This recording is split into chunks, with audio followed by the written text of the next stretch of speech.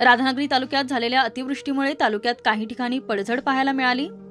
खिंडीवरवडे गावातील बळवंत भाऊ शेटके घराची मेन भिंत कोसळली। सुदैवाने यात कोणतीही जीवितहानी झाली नसून मात्र बळवंत भाऊ शेटके यांचा संसार उघड्यावरती पडला आहे।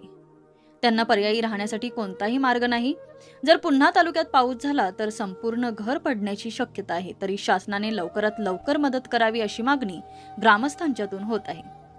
खिंडीवरवडे ग्रामपंचायतीचा मी सदस्य या नात्यानं खिंडीवरवड्यातले आमचे ग्रामस्थ बळवंत भाऊ शेटके यांची जवळजवळ 60 फूट लांबीची चांदी पूर्णपणे नेस्तनाबूत झाली ह्या कालच्या अतिवृष्टीत।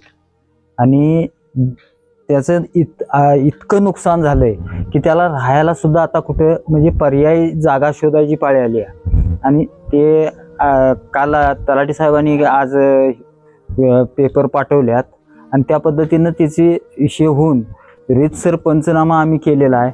आणि त्या पंचनाम्यानुसार जास्तीत जास्त जेवढी होता येईल तेवढी मदत या कुटुंबाला करता येते काय तेवढं शासनानं पाहावं हीच नम्रतेची विनंती। यावेळी ग्रामसेविका तसेच सरपंच, उपसरपंच सदस्य व तलाठी यांनी घराची पाहणी केली। घराची 60 फूट लांबीची भिंत पडल्याने आता घरात राहणे धोकादायक झाले आहे। तरी शासनाने आमच्याकडे त्वरित लक्ष देऊन सहकार्य करावे अशी मागणी बळवंत भाऊ शेटके यांनी केली आहे। काय राहणार खिंडीवरवडे आमची भीत जवळजवळ 60 फूट भिंत पडली आहे। तेव्हा त्यामुळे आमचे बरेचसे नुकसान झाले। आम्हाला राहायला जागा नाही। तेव्हा शासनानं त्याचे काळजीपूर्वक हे घेऊन आम्हाला काय मदत होता जेवढी भरपूर मदत करावी एवढीच माझी नम्र विनंती आहे। ऐकलं, गोकुळची बासुंदी पुन्हा खावीशी वाटतेय। खरं सांगू, मलाही खावीशी वाटतेय।